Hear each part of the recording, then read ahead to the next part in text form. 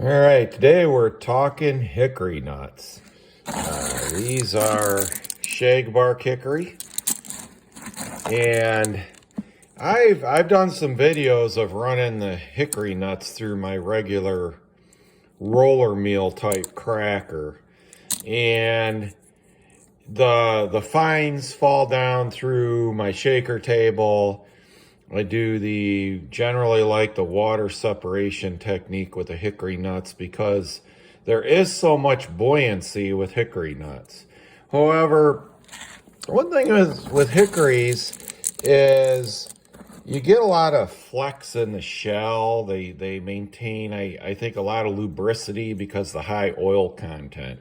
And when you get shells, these half shell pieces, they roll down through the roller cracker between the crowding plate and the rotating hammer, and they flex and they don't crack. I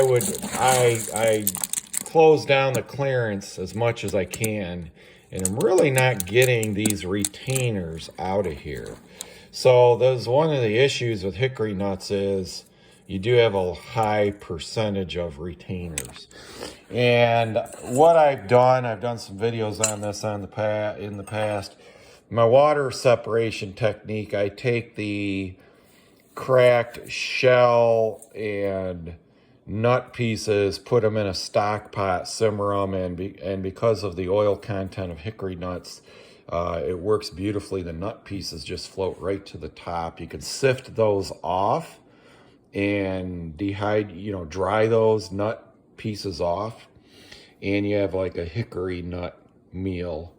The other thing that some people do now, one way to combat these retainers is to make kind of a hickory nut broth, sometimes called a hickory nut milk. And you'll see some people will break up these nut pieces more.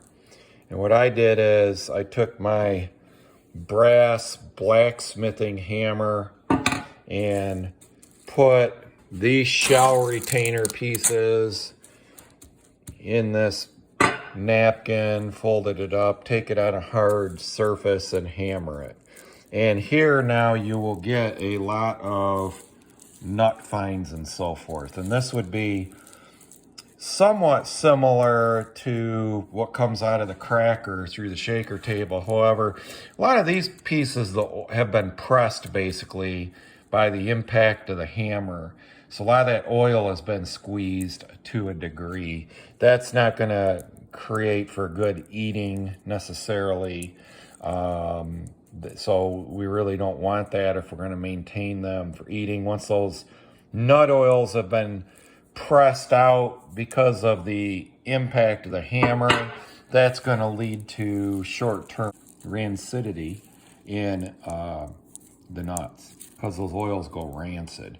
And that's why your fresh nuts that you crack are always taste better than a nut that's been pre-packaged, pre-cracked, pre-sorted like you get at the store. You just don't have that rich oil flavor. So I'm going to go ahead and I think the idea is to develop a rotating drum batch cracker like I do for my black walnuts. For the hickory nuts, it's going to be a much smaller cracker. Instead of being tractor operated, it'll just run off a small electric motor in my shop, and that's not a problem. I have taken a cracker to these by hand, sat here with a large set of adjustable pliers and cracked them, and just still you get a massive amount of retainers. So I think what I'm going to do is develop a drum cracker where it pulverizes the shells enough where you lose all your retainers or most of them. Just works beautiful on the black walnuts, and go that route. But in the meantime, I'm going to get some benefit out of these retainers that I have by simmering and making a hickory nut broth. There's a lot of cardiovascular health, massive health benefits. This is a non-inflammatory fat for the diet, and you just can't eat too many of these, let me tell you that. So let's get to simmering. And here we are. You want to let this material simmer for a while. Initially, it's mostly nuts that float to the top.